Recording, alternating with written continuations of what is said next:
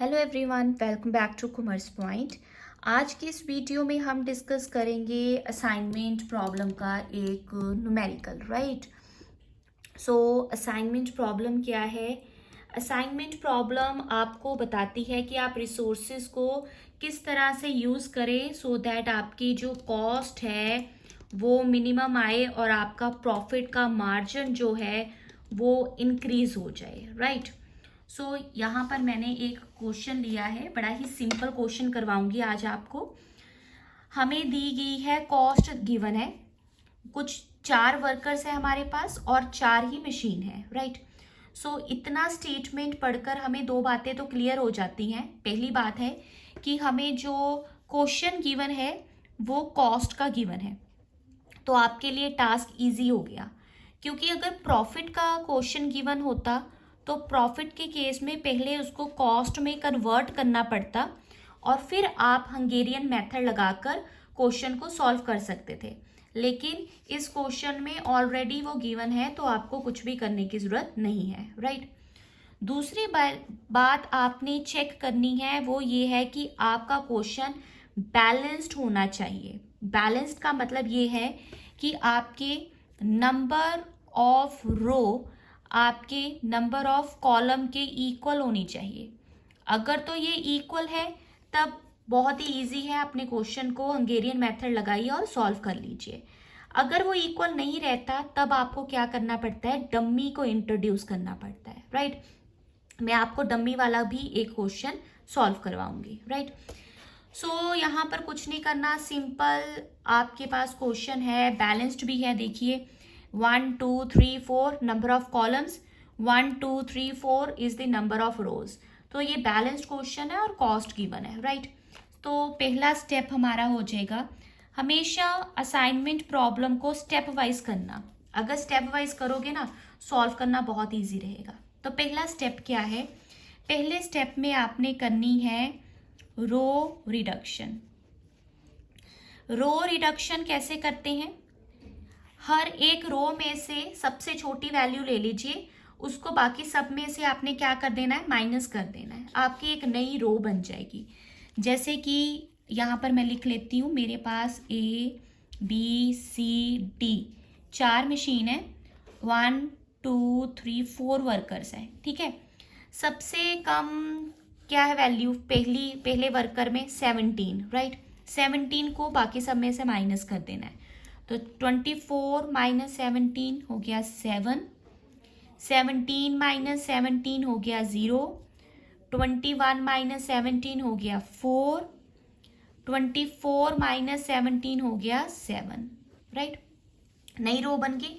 अब इसी तरीके से सेकंड रो उठा लो। सेकंड रो में देखो सबसे छोटी वैल्यू क्या है, इसमें तो 0 ही है ना।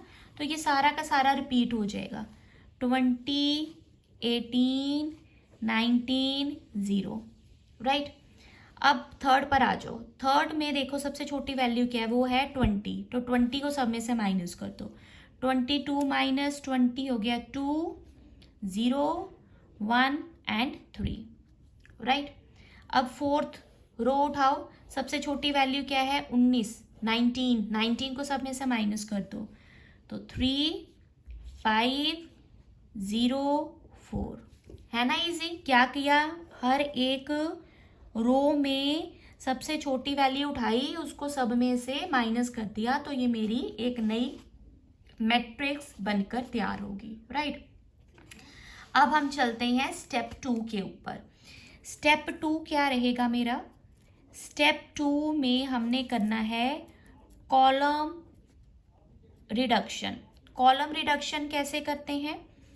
जैसे मैंने रो में की थी, अब मैंने कॉलम में करना है। पहला कॉलम लो, पहले कॉलम में सबसे छोटी वैल्यू क्या है, 2। 2 को उसी कॉलम की बाकी सभी वैल्यू में से माइनस कर दो। सो 7 माइनस 2 आ गया 5 18 0 1, राइट। अब अगले में तो 0 है तो सारा रिपीट ही हो जाएगा। अब अगला, उसमें भी 0 है तो वो भी रिपीट हो जाएगा। उससे अगले में भी 0 है। चलिए, आपका काम कम हो गया। अगर 0 है तो वो सेम वैसे रिपीट हो जाएगा, क्योंकि 0 में से जीरो को किसी भी वैल्यू में से माइनस करो तो 0 ही होगा, है ना। तो ये आपकी नई मैट्रिक्स बन गई, A B C D, 1 2 3 4, 4 workers और 4 ही मशीन्स है, राइट। अब अगला चलते हैं स्टेप नंबर 3। सो स्टेप 3 क्या है? असाइनमेंट देना, ठीक है। यहाँ पर लिख लीजिए मेकिंग असाइनमेंट।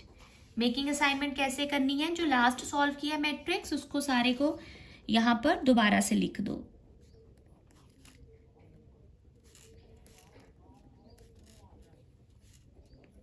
नाइनटीन 0 0 0 1 3 1 5 0 4 1 2 3 4, ठीक है, लिख दिया। अब असाइनमेंट पता कहाँ करनी है? जहाँ जहाँ पर भी 0 है ना वो हमने असाइन कर देना है। कैसे? पहले वर्कर को लिया, 0 देखो कहाँ पर है, यहाँ पर है, ठीक है। तो पहले वर्कर को मैंने बी वाली मशीनरी दे दी, ठीक है। ए जो फर्स्ट वर्कर है वो बी मशीन के ऊपर काम करेगा। सेकंड वर्कर में आ जाओ, इसमें देखो 0 कहाँ पर है, ये रहा 0, है ना। सेकंड वर्कर जो है वो डी मशीनरी पर काम करेगा, राइट। थर्ड वर्कर में आ जाओ, थर्ड वर्कर जो है उसके पास 2 ऑप्शन है, ए और बी। क्योंकि बी वाली हम पहले ही फर्स्ट को दे चुके हैं इसलिए यहाँ पर क्रॉस लगा देंगे, राइट।